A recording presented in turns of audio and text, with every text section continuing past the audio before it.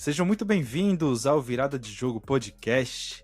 E no último episódio de 2025, nós vamos comentar aqui como é que foi essa temporada no futebol brasileiro, passar pelos campeões, teve título do Corinthians em cima do Vasco, na Copa do Brasil a gente ainda não comentou disso. Temporada que vem promete, teremos mudanças no Campeonato Paulista, a temporada vai começar mais cedo, é ano de Copa do Mundo, meus amigos. Vai acontecer muita coisa na temporada que vem e aqui a gente vai já antecipar as nossas expectativas. E eu, obviamente, não poderia comentar disso tudo sozinho. Estão aqui comigo Lucas. Fala, rapaziada. E Thiago. Fala, galera. Bom, para começar, vamos passar pelos campeões dessa temporada e a gente vai comentar em cima deles. O Campeonato Brasileiro ficou com o Flamengo. Copa do Brasil ficou com o Corinthians, a gente já vai entrar nesse mais em específico. Libertadores ficou também com o Flamengo. E daí os estaduais passam por vários times, mas focando aqui em São Paulo, o título também ficou com o Corinthians. Dobradinha, né? Libertadores e Brasileiro Flamengo, Copa do Brasil e Campeonato Paulista com o Corinthians. Vai ter jogo importante então aí para Supercopa na temporada que vem, hein? Flamengo e Corinthians também promete um jogão dessas duas, os dois clubes com as maiores torcidas do Brasil. Final de ano chegou, né? A época de fazer aquela retrospectiva, falar um pouquinho sobre os campeonatos que passaram. E vai ser um jogão mesmo, né? Que nem o Matheus falou, esse jogo da Supercopa promete, né? O encontro das duas maiores torcidas do Brasil. E é um título que voltou a ser disputado agora recentemente, né? Então, é um título aí que, e por mais que seja um jogo só, todo mundo quer ganhar, né? Não tem essa de pré-temporada. Até porque parece que vai continuar uma temporada na outra, né? Porque nem férias direito os jogadores vão ter, que já vai começar os estaduais no começo do ano. Tem ano de Copa do Mundo, que nem você comentou, né, Matheus? Então vai ficar meio encaixotado aí os campeonatos. Brasileirão já começa no fim de janeiro, tá uma... O Paulista, por exemplo, já começa no dia 10 de janeiro. A gente está aqui gravando já no dia 27 de dezembro, menos de 2 semanas aí, os clubes já voltam para os estaduais. Eu acho que é um ponto tão interessante a gente falar. Esses estaduais no início vão ser levados também na preguiça, né? Porque os caras já vêm totalmente cansados. Acho que é o momento de testar ali a base, testar formação, apesar que o formato do Paulista não vai ter muita brincadeira, assim, né? Igual era aquela fase de grupos anteriormente. Acho que esse é o ponto, porque se um time grande entrar desligado nesse Paulista, levando de qualquer jeito, a chance de ser rebaixada é grande. A chance da equipe ser rebaixada é muito grande. Porque agora você tem menos jogos, você vai enfrentar menos equipes fracas de divisões inferiores, então a chance de você se complicar é muito grande. Então acho que seria bem ruim se os clubes entrassem no Paulista com essa mentalidade. A parte ruim, evidentemente, é que já no começo do ano os times já vão ter que entrar ligados, né? Porque por conta disso. O que não dá nenhum descanso para os jogadores, né? É um problema muito antigo esse do calendário e vai continuar no ano que vem, apesar de já ter melhorado pelo menos um pouco com a diminuição dos jogos nos estaduais. Os torcedores vão ter muita paciência nesse começo de temporada, né? Porque para até acertar o time, não vão ter grandes mudanças de elencos, porque é um ano difícil. E quem tiver mais elenco provavelmente vai estar melhor, porque vai ser jogo atrás de jogo, os jogadores não vão estar 100%, pode acontecer de lesão muscular aparecer, porque não tem pré-temporada direito, não vai ter muita coisa.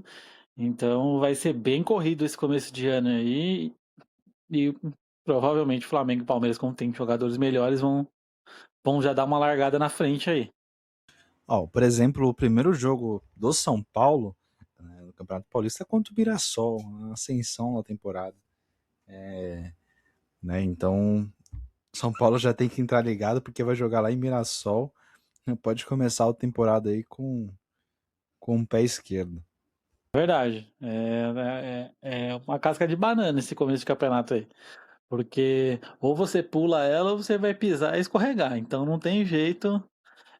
Principalmente que nem o Lucas comentou, né? Se algum time grande aí começar o campeonato tropeçando e achando que dá para levar, vai correr risco de ser rebaixado. Tem que fazer pelo menos 10 pontos, são o cálculo, né?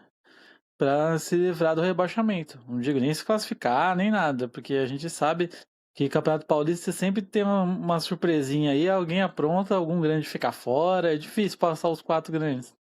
Ainda mais agora que tem Mirassol, que tem outros times aí também São Bernardo forte, atrapalhando também. forte na competição. Vem Ponte Preta, né, que foi campeã da Série C. Então tem um. Promete ser um campeonato bem divertido, assim. Principalmente porque tem time que tem pré-Libertadores, tem time. Os paulistas não, né? Mas tem time que tem pré-Libertadores, tem time que já vai focar na Libertadores. Então sempre é aquela confusão aí pra ver que vai ser prioridade dos times aí. Um ponto interessante que você falou, eu acho que vale reforçar, a torcida vai ter que ter paciência. Cara, é bem complicado quando envolve torcida assim, porque você já vai começar ali com janeirão, mês de férias praticamente, com clássicos e, meu amigo, todo mundo quer ganhar clássico, ninguém quer saber se o time já voltou no ritmo ou não voltou, já quer começar o ano bem, zoando o seu rival, enfim. Vai ser pesado, acho que fica interessante ali pro futebol, para o telespectador, mas para pressão ali entre as torcidas, já vai começar o ano daquele jeito, hein? Será que a gente vai bater o recorde? Vai ter troca de técnico em janeiro já? É bem provável, viu? Eu não duvidaria, não. No Paulistão, algum técnico cair antes de chegar o fim de janeiro.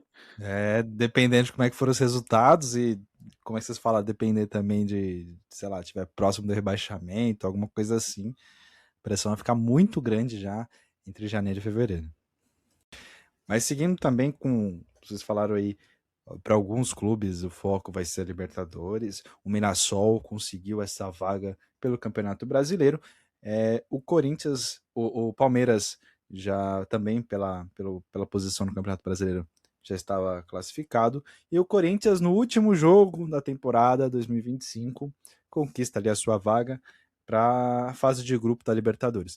Pula aquela etapa, a assombrosa etapa da pré-Libertadores, mas para muitos corintianos. E o Corinthians já entra com tudo para uma Libertadores que a gente vai até comentar, com muitos times novos, assim, né? Não sei se diria com pouca história, envolvendo principalmente com outros times aqui da América do Sul, não necessariamente no Brasil. Por exemplo, o Mirassol, pela primeira vez, vai estar na Libertadores. Então, acho que certos clubes ali, um pouco mais rascudos, vão ter uma grande vantagem. Acho que vou cravar aqui, eu acho que vai ser um campeão brasileiro na próxima Libertadores também. E é o que provavelmente vai acontecer mesmo, né? Porque nos últimos anos foi o que aconteceu. A dominância dos times brasileiros na Libertadores é cada vez maior. Curiosamente, a gente não vê essa dominância na Sul-Americana, mas na Libertadores existe sim uma soberania dos clubes brasileiros. Pensando em Libertadores, eu fico muito curioso para como vai o Flamengo, porque a gente não sabe se o Felipe Luiz vai continuar ou não no comando do clube. Eu acho que pesa muito ele querer se manter nesse nível de idolatria, porque ele fez uma temporada perfeita, não tem como melhorar em 2026, não tem como ele fazer algo melhor do que ele fez em 2025. Muito difícil, né? Só se ganhar um Mundial ou algo do tipo, ou uma tríplice coroa. Então talvez ele queira deixar intacto a história dele, queira já pensar em algum trabalho fora do Brasil, não sei, tem a questão de algumas regras, né, para ele atuar na Europa, então tem que ver direito como isso vai ficar. Porém, fala-se em Arthur Jorge ou em alguns outros nomes, então a gente tem que ver como é que vai ficar o Flamengo para a próxima temporada. É o melhor elenco da América Latina, continua sendo, foi no ano passado, foi nesse ano e continua sendo, mas tem que ver como vai ficar a questão do comando técnico. Outros times fortes, como o Palmeiras, já estão monitorando jogadores importantes aqui do futebol brasileiro, como o Marlon Freitas, do Botafogo. Então já está sendo muito movimentado esse final de ano, pensando no ano que vem para esses clubes do Brasil, né? Promete uma temporada incrível em 2026, até porque o Coringão volta aos grandes palcos da América do Sul, né? Fazia tempo que o Coringão não dava uma parecida na Libertadores. Vamos ver o que o time do Dorival Júnior vai arrumar.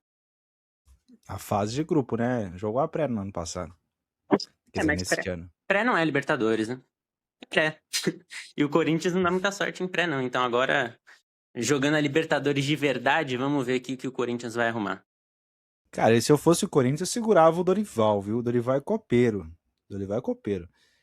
Não dá muito certo aí também o Campeonato Brasileiro. A passagem que teve pelo São Paulo também foi tenebrosa nos pontos corridos, mas veio o título da Copa do Brasil. Dessa vez veio o título também da Copa do Brasil no comando do Corinthians. Tem que segurar esse cara. Vai na minha, hein? Eu ia falar que é agora, né? Acabei de ler aqui, Corinthians anuncia a contratação de Marcelo Paz, né?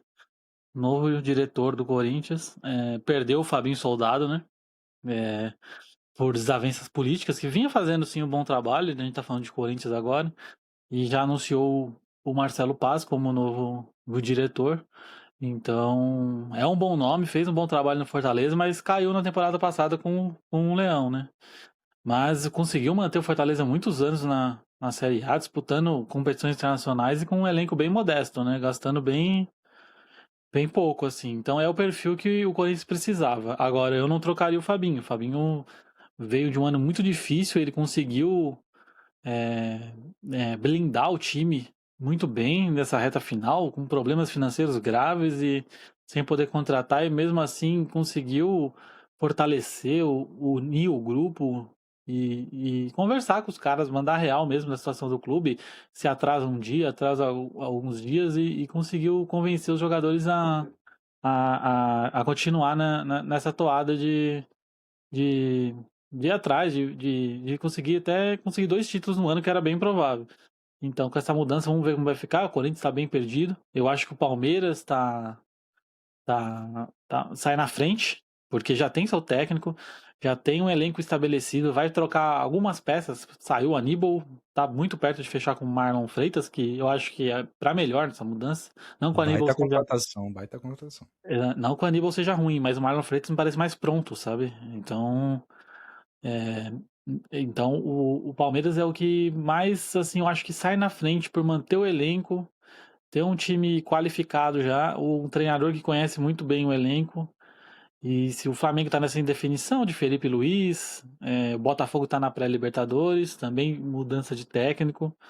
Então, o Mirassol muito novato. O Cruzeiro também mudou de técnico agora, veio o Tite. Então, para o ano que vem, prometemos grandes mudanças, assim, e vamos ver. Por isso que eu acho que o Palmeiras está um pouquinho na frente, por causa da manutenção de peças e treinador. Sobre o Fabinho Soldado, acho que a melhor característica dele era ser esse elo de ligação entre a diretoria, entre os diretores, a presidência e o elenco, né? Ele tinha uma relação muito boa com o elenco, deu para perceber isso até nas entrevistas pós-título, que o elenco gostava muito do Fabinho, então o Corinthians saiu perdendo, eu acho. Acho que o Marcelo Paz é um grande nome, fez um trabalho muito bom no Fortaleza pelo que ele tinha à disposição. Acho que entende muito do assunto, porém, querendo ou não, falta esse cara mais de gestão de grupo, né? Esse cara para estar junto com os jogadores, para falar a língua dos jogadores. Então acho que o Corinthians não foi bom pro Corinthians. A saída do Fabinho, a chegada do Marcelo Passo foi excelente, porque é um grande nome. Mas o Fabinho, o Corinthians perde com a saída do Fabinho. E sobre o Dorival, acho que é um dilema importante, né, cara? O Dorival, querendo ou não, coletivamente, eu acho que o Corinthians é um time bem limitado. Não acho que tenha sido um trabalho bom. Acho que foi um trabalho mediano, coroado com um título. Inegavelmente, o Corinthians na Copa do Brasil era outro time. A campanha do Corinthians na Copa do Brasil foi muito boa, uma derrota só, somente 3 gols tomados, venceu todos os confrontos fora de casa, então tem muitos méritos nisso. É aquilo, o Dorival é muito copeiro, ele sabe jogar mata-mata, né?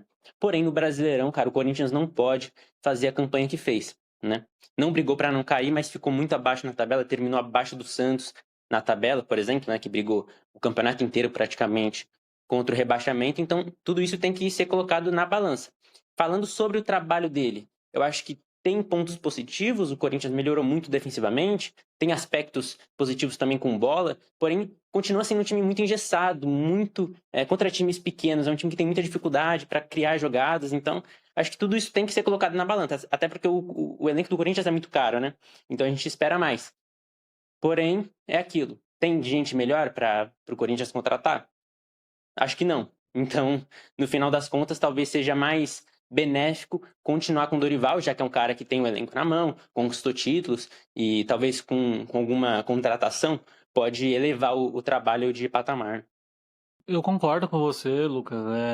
Dorival vai acabar ficando, até porque não tem outra peça, assim, para trocar de imediato. E é um ano complicado, porque é um ano que começa muito mais cedo. Já começa cedo, né? E esse ano vai começar mais cedo ainda. Então, acho que o melhor por Corinthians seria a manutenção do treinador, apesar de concordar com você que o Brasileirão dele foi bem abaixo, mas até no São Paulo também ele ia muito mal no Brasileiro, nos pontos corridos, e ia melhor nas Copas, né?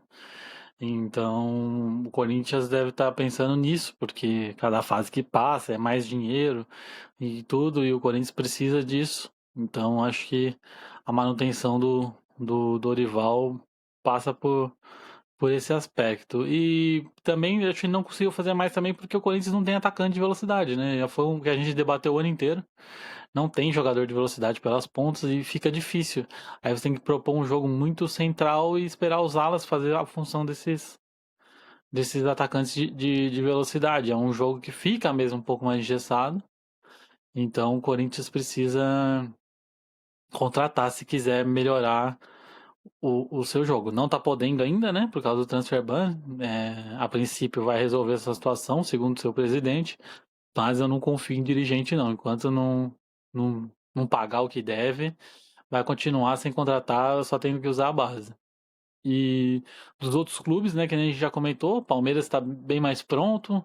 A grande incógnita para mim é o Santos e o São Paulo. Não sei como eles vão vir para essa temporada que vem.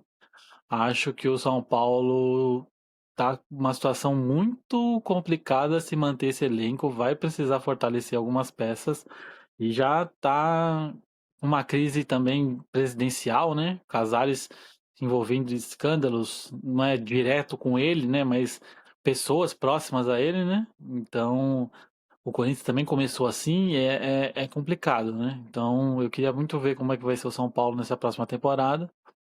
E o Santos é aquilo, né? Vai ficar com o Neymar? Neymar vai ficar? Vai chegar Gabigol? Também é uma incógnita aí o Santos para a próxima temporada, né? Porque esse time do Santos não, não aspira muita coisa, né? Porque vai depender muito de Neymar e conforme vai ter muitos jogos, Neymar provavelmente não vai conseguir jogar a maioria dos jogos, vai jogar alguns específicos, até porque o ano que vem ele vai visar Copa do Mundo. Então, qualquer dorzinha que ele tiver, ele não vai jogar com medo de se machucar mais e se prejudicar por uma possível ida para a Copa, sabe? Então, vai ser um ano bem complicado para o Santos, prevejo isso.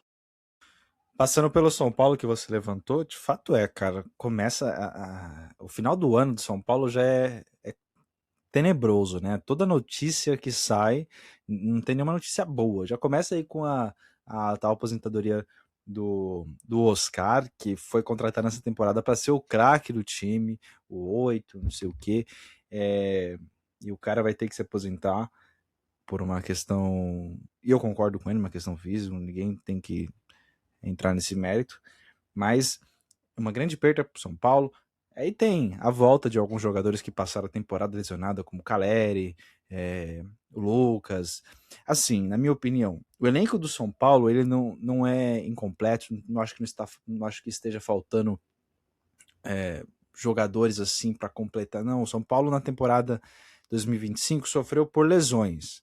E muitas lesões ao mesmo tempo. Se fosse só o Caleri, o São Paulo conseguiria ali se manter com o André Silva, que mostrou ser muito competente, né, na substituição ali, para substituir o Caleri, mas ele também se lesionou. Aí o São Paulo tem uma promessa da base que foi campeão da Copinha, o Rian Francisco, uma jovem promessa, e ele também estoura o joelho. Então, o São Paulo veio também com uma onda de azar assim gigantesca, envolvendo também problemas na diretoria. A oposição vem forte contra o Casares também pro seu último ano na presidência do São Paulo. Eu acho que tem que sair essa corja que comanda o São Paulo. Tem que ter uma mudança desde a raiz, né? O que, na minha opinião, é muito difícil, mas é necessário.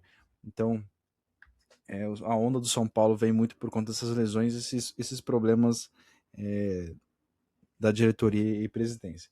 Mas acho que o elenco do São Paulo, sem lesões, é um time competitivo. É um time para ganhar Libertadores, jogar de igual para igual com o PSG no Mundial. Não é esse time. Mas é um time que pode competir no Paulista, pode se manter numa posição boa no Campeonato Brasileiro, enfim. Mas isso vai depender muito aí se os jogadores vão estar vai estar injetando Monjaro, vai estar, enfim.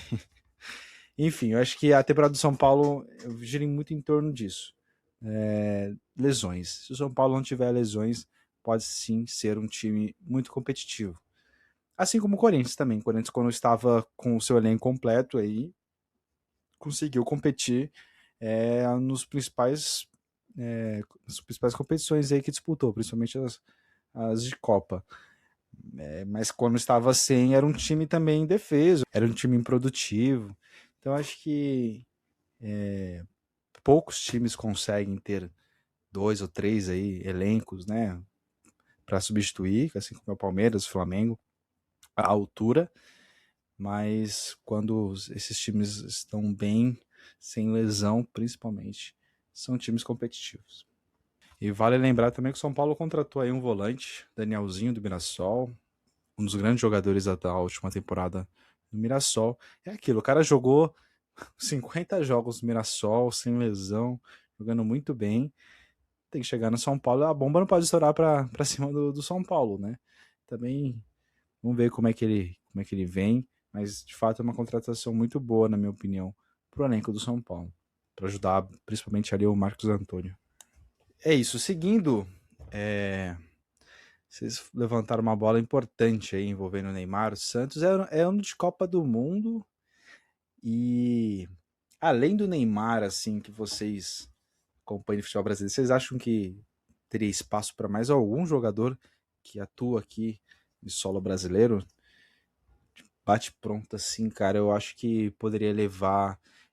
Eu acho que o Vitor Roque é um jogador que está pronto também para estar no elenco, disputar ali entre outros atacantes que jogam na Europa, mas acho que o Vitor Roque é um dos candidatos também a estar no ataque da seleção. O que vocês acham?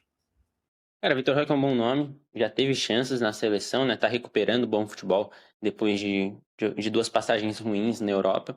Outro nome que eu queria muito ver na seleção tendo mais oportunidades é o Luciano Juba.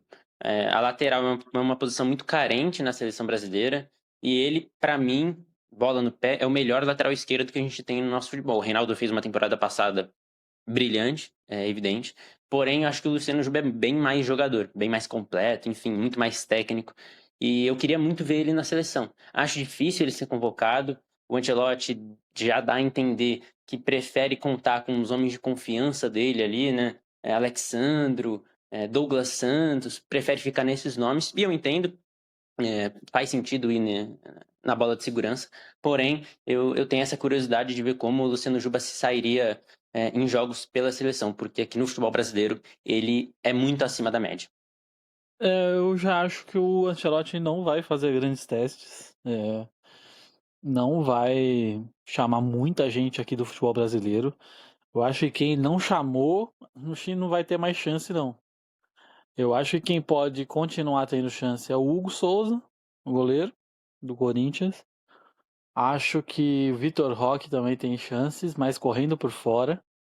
Que eu acho que ele ainda vai levar Richarlison e aquela tropinha dele.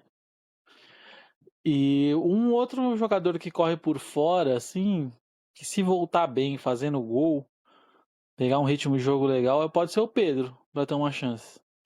O Pedro estava vindo muito bem mesmo, antes da lesão dele do braço e depois da lesão dele na coxa, né? Que o tirou da Libertadores, da final e tal. Então eu acho que se ele voltar bem nesse ano, fazendo os gols, eu acho que ele pode ter uma chance de ser convocado ainda. Agora, de resto, eu não consigo ver outros jogadores. Eu acho que até pro Neymar tá muito difícil.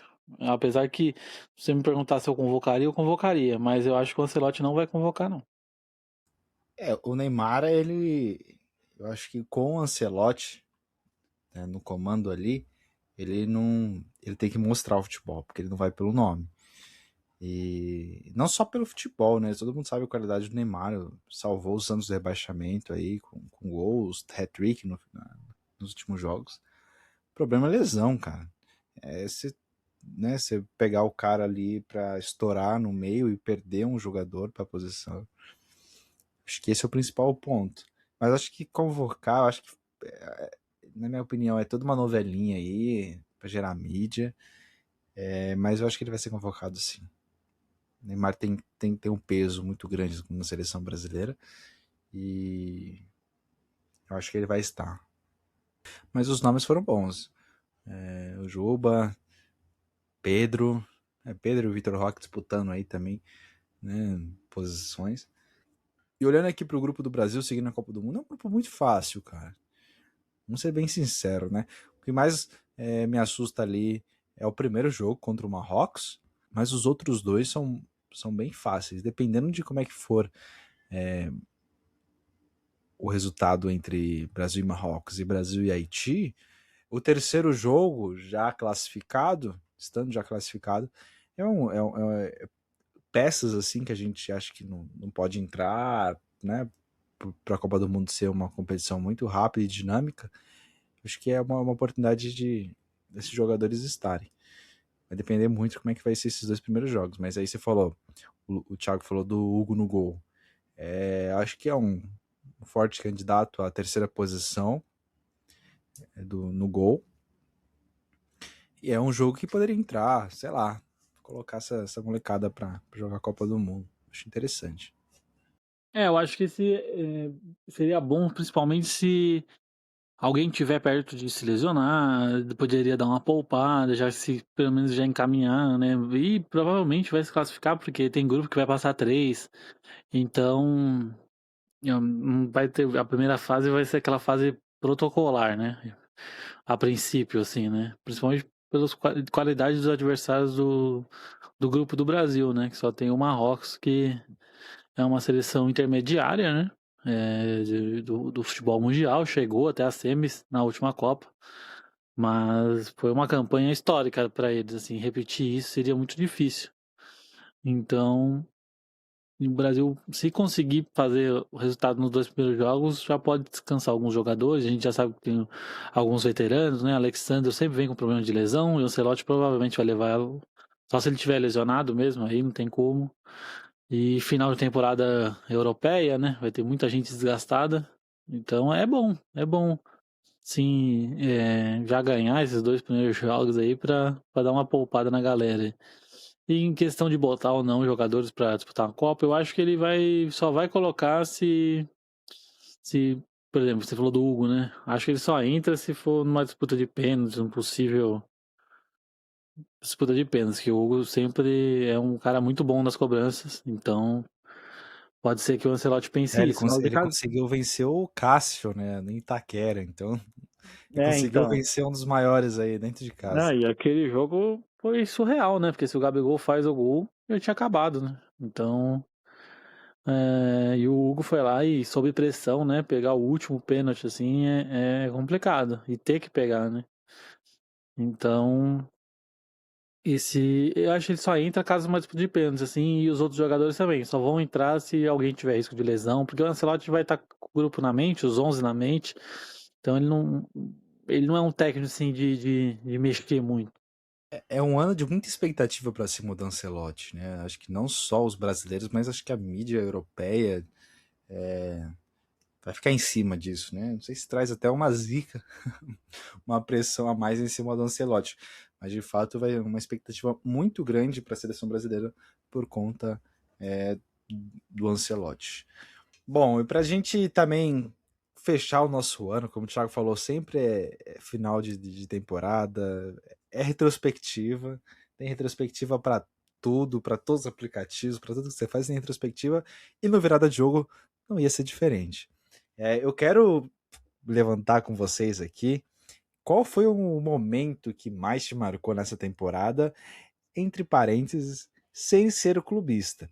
Eu quero que vocês falem um momento que marcou vocês, um gol, algum momento em específico, sei lá, uma jogada, uma defesa, enfim, eu quero ouvir de vocês qual foi o momento que mais te marcou nessa temporada 2025 em qualquer competição. E começa com o Lucas aí, Lucas, quero ver de você. Vamos lá. Bom, ainda muito impactado pela final da Copa do Brasil, Eu vou escolher como o momento mais marcante da temporada o drible inesquecível à la Zidane, à la Bergkamp, à la Edmundo, de Breno de Souza Bidon no pobre Cauã Barros. Esse momento, cara, toda vez que eu tô no Twitter e passa um vídeo desse lance na timeline, eu paro pra ver, porque é um negócio inacreditável. Um dos momentos mais lindos que eu já vi assistindo um jogo do Corinthians. E pra mim esse foi o momento mais marcante da temporada. Teve outros grandes momentos, né, cara? A gente poderia separar algum momento da virada do Palmeiras pra cima da LDU, o gol do título da Libertadores do Flamengo, algum outro momento do Brasileirão, mas eu vou ficar com o drible do Breno Bidon na final da Copa do Brasil. E ainda por cima, comentando disso, desse momento que você escolheu, um simples drible, né? É o gol, é a jogada que leva ao gol do título do Corinthians para cima do Vasco. Eu acho que é, ele monta ali, faz toda. Como se fosse fazer uma analogia aqui. O cara, o confeiteiro, tá ali fazendo toda a decoração, colocando os docinhos, aí vem lá, o Memphis vai e coloca cereja no bolo. De fato, um lance completo ali. Acho que se não tivesse concluído no gol ali, seria uma jogada para ficar parecendo Reels no Instagram, no Twitter, por aí vai. Mas com o gol tem um peso muito, muito marcante mesmo. De fato, uma belíssima jogada do Bidon. E você, Thiago, o que mais te marcou nessa temporada 2025? Não, esse lance que o Lucas comentou foi brilhante, né? Uma jogada ali genial. Mas o lance que mais me marcou, assim, não digo um lance, mas foi os brasileiros no Mundial de Clubes. Achei muito legal. Botafogo vencendo o Paris Saint-Germain. É, foi surreal isso. Parece que faz 2 anos que aconteceu tanta coisa que teve nesse ano, né? Mas foi nesse ano. Então, o Botafogo ganhar do Paris Saint-Germain, pra mim, foi um momento daqueles. Teve o Flamengo vencendo o Chelsea, campeão do mundo depois, né? Também, Flamengo batendo no Chelsea. E, e também teve. Esse pra mim foi o mais surpreendente. O Fluminense eliminando a Inter de Milão. Meu, se vocês me perguntassem isso, eu não ia imaginar nunca o Fluminense eliminando a Inter de Milão. A Inter finalista de Champions, o Fluminense desacreditado, vinha fazendo uma campanha boa, mas mesmo assim, ninguém apostava no Fluminense nesse Mundial. Falava, o Fluminense não vai passar a fase de grupo. Foi lá, deu trabalho pro Borussia. E foi o brasileiro que foi mais longe. Então eu achei o Fluminense, assim, uma grande surpresa do ano, assim. Cara, real, real, porque você falou do Super Mundial, às vezes a gente até esquece que foi nessa temporada, né? Nessa temporada. De fato, aconteceram muitas coisas durante o ano que a gente até acaba esquecendo como é que os brasileiros, como os brasileiros foram tão bem nessa competição, né? Quebrando aí paradigmas envolvendo clubes europeus com os clubes da América. De fato, foi muito legal de assistir o Super Mundial, cara. Eu gostei desse novo formato da FIFA. Pena que acontece a cada 4 anos, No porque final, né, foram os europeus que levaram, mas os brasileiros fizeram bonito na competição. pô, demais, o Fluminense aí semifinalista do Super Mundial. Palmeiras, acho que na minha opinião, não surpreendeu tanto assim, porque acabou passando por cima de um brasileiro, que a gente está acostumado, estão se acostumados a enfrentar, enfim. Mas depois pegou o europeu, perdeu. Mas os outros, como você falou, Botafogo venceu que era o atual campeão da Champions League. O Flamengo metendo 3-1 para cima do Chelsea. Foi legal, cara, foi legal. E o Chelsea campeão depois, né? Então o Flamengo ainda pode falar que ganhou em cima de um time do super campeão mundial. Cara, para mim, também concordo com todos esses momentos, também foram bem marcantes. Para mim, eu vou falar de dois que eu acho que é uma ferida, né? Mexer na ferida de alguns torcedores aí. Mas, primeiro, é a goleada do Vasco para cima do Santos. Acho que foi uma coisa marcante, assim, durante a temporada. 6-0, em pleno Morumbi, lotado de Santista, até aquele protesto da torcida do Santos virando de costa, o que parecia ali, né, que ia ser que o final da temporada ia ser assustadora, ser aquele pesadelo 2023 para o Santista. Muitos agradecem aí que não foi, graças a Deus, graças ao Neymar.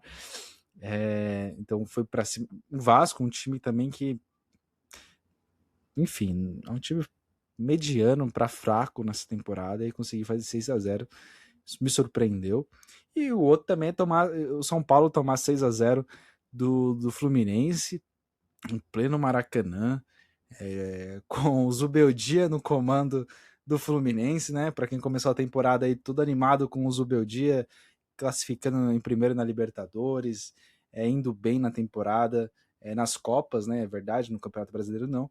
E o final da temporada faz um recorte assim, o Zubeldia no comando de outro tricolor, agora o tricolor carioca, fazendo 6-0 para cima do São Paulo no Maracanã, com o Luiz Gustavo detonando todo mundo aí na entrevista. Acho que foram 2 momentos marcantes, assim, porque foram goleadas, uma com a torcida do Santos presente aqui na capital paulista, outro São Paulo também cheio de problemas de lesão, vai enfrentar um Fluminense muito bem treinado, na minha opinião. 6-0 foram 2 momentos assim que marcaram, principalmente para quem é aqui do estado de São Paulo. Enfim, acho que vou ficar com esses 2 momentos, essas 2 goleadas sofridas por clubes do estado de São Paulo contra clubes cariocas.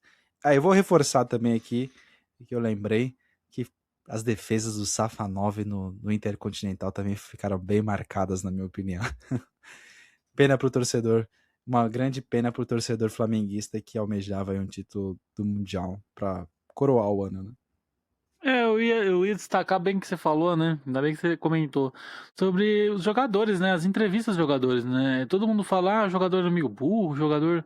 Mas não, surpreendeu, sabe? Não, porque tem um preconceito geral sobre os jogadores. Jogador é meio burro, não quer saber de nada, só quer saber de mulherada, só quer saber de.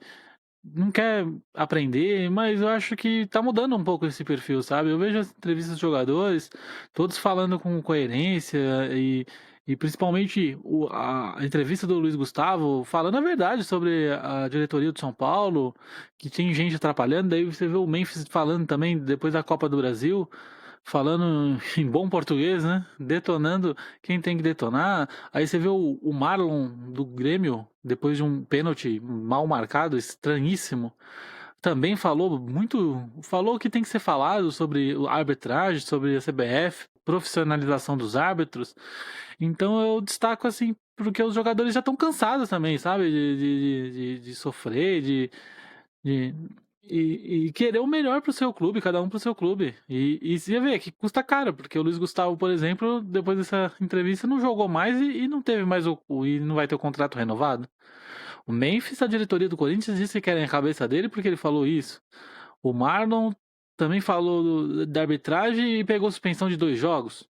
Então, você acaba custando caro, mas você vê os jogadores dando opinião e falando o que acham. E eu acho isso muito importante pro futebol brasileiro.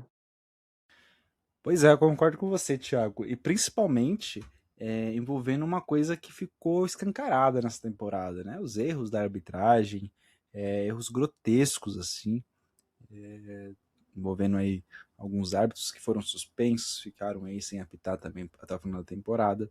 Como, por exemplo, se a gente for se listar os erros aqui, em números para essa temporada. Mas eu acho que um que marca também é aquele do pênalti do Palmeiras contra o São Paulo no Morumbi. Acho que ficou bem marcado também nessa temporada. Dali em diante, o próprio Abel fala que isso mudou. Dentro do Palmeiras também houve um declínio, enfim, eles não sabem o que aconteceu, mas o Abel fala que partindo muito daquele momento, daquele jogo. Então, eu concordo com o Thiago, essas entrevistas, eu acho que precisam ser cada vez mais assim. A gente precisa ter essa transparência do jogador. Acho que uma das portas para a gente entender o que está acontecendo dentro do clube, entender alguns momentos específicos da temporada de algum clube em específico, é por meio dos jogadores. Então essas entrevistas ficaram marcadas, é verdade. E o Luiz Gustavo, uma pena, cara. O cara falou o que tinha que falar, sendo sincero, verdadeiro, como um baita profissional que é. E é isso, São Paulo já vai mandar o cara embora. Complicado, é difícil você falar a verdade quando tem muita coisa errada acontecendo dentro de um clube, né?